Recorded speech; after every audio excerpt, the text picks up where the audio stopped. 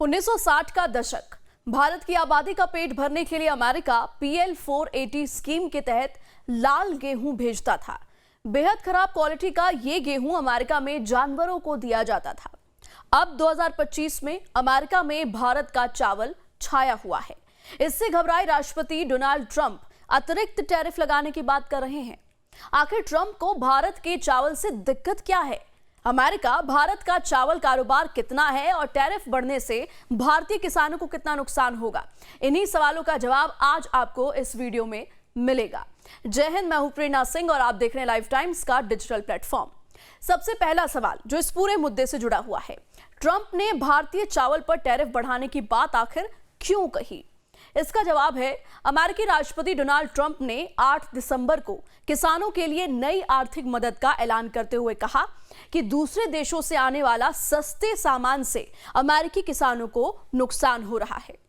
Bharat, Vietnam और Thailand जैसे देश अमेरिका में बहुत सस्ता चावल बेच रहे हैं, जिससे यहां के किसानों की कमाई कम हो रही है। और सबसे महत्वपूर्ण बात, ट्रंप ने इसे डंपिंग बताया। तो चलिए आपको समझाते हैं कि आखिर जिस डंपिंग का इल्जाम ट्रंप भारत पर लगा रहे हैं उसका मतलब क्या है। आखिर क्या है डंपिंग? दरअसल डंपिंग एक देश का दूसरे देश को कोई सामान उसके वास्तविक दाम से, जो ओरिजिनल प्राइस है, उससे कम दाम में बेचने को कहा जाता है। इससे विदेशी मार्केट में सामान सस्ते दाम में बिकता है, जिससे उस देश के व्यापारियों का घाटा होता है।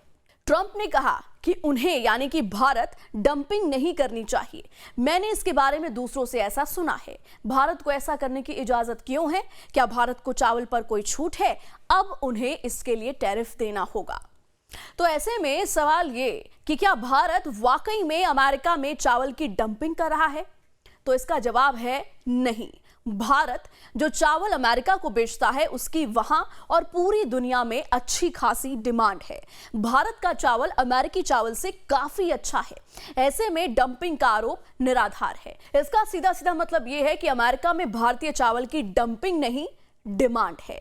अमेरिका भारत से हर साल 20% से ज्यादा चावल खरीदता है। पिछले कुछ साल का आंकड़ा अगर हम देखें तो अमेरिका में भारतीय चावल की मांग बढ़ रही है।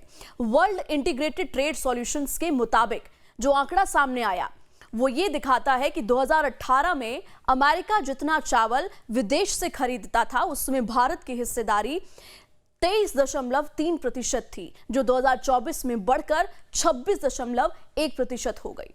और अब आखिरी सवाल कि आखिर भारत से कितना चावल अमेरिका जाता है और अभी इस पर कितना टैरिफ है।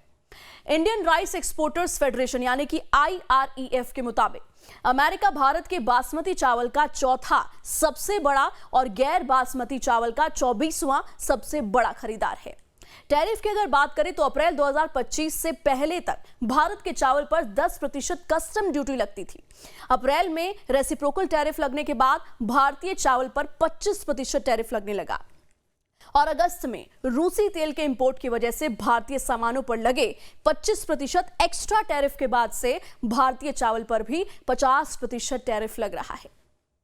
सबसे खास बात, भारत का बासमती और नॉन बासमती चावल अफ्रीका, मिडिल ईस्ट और एशिया के कई देशों में लोकप्रिय होने लगा है। आज भारत वैश्विक चावल निर्यात में लगभग 40% हिस्सेदारी के साथ दुनिया का सबसे बड़ा चावल निर्यातक बन चुका है।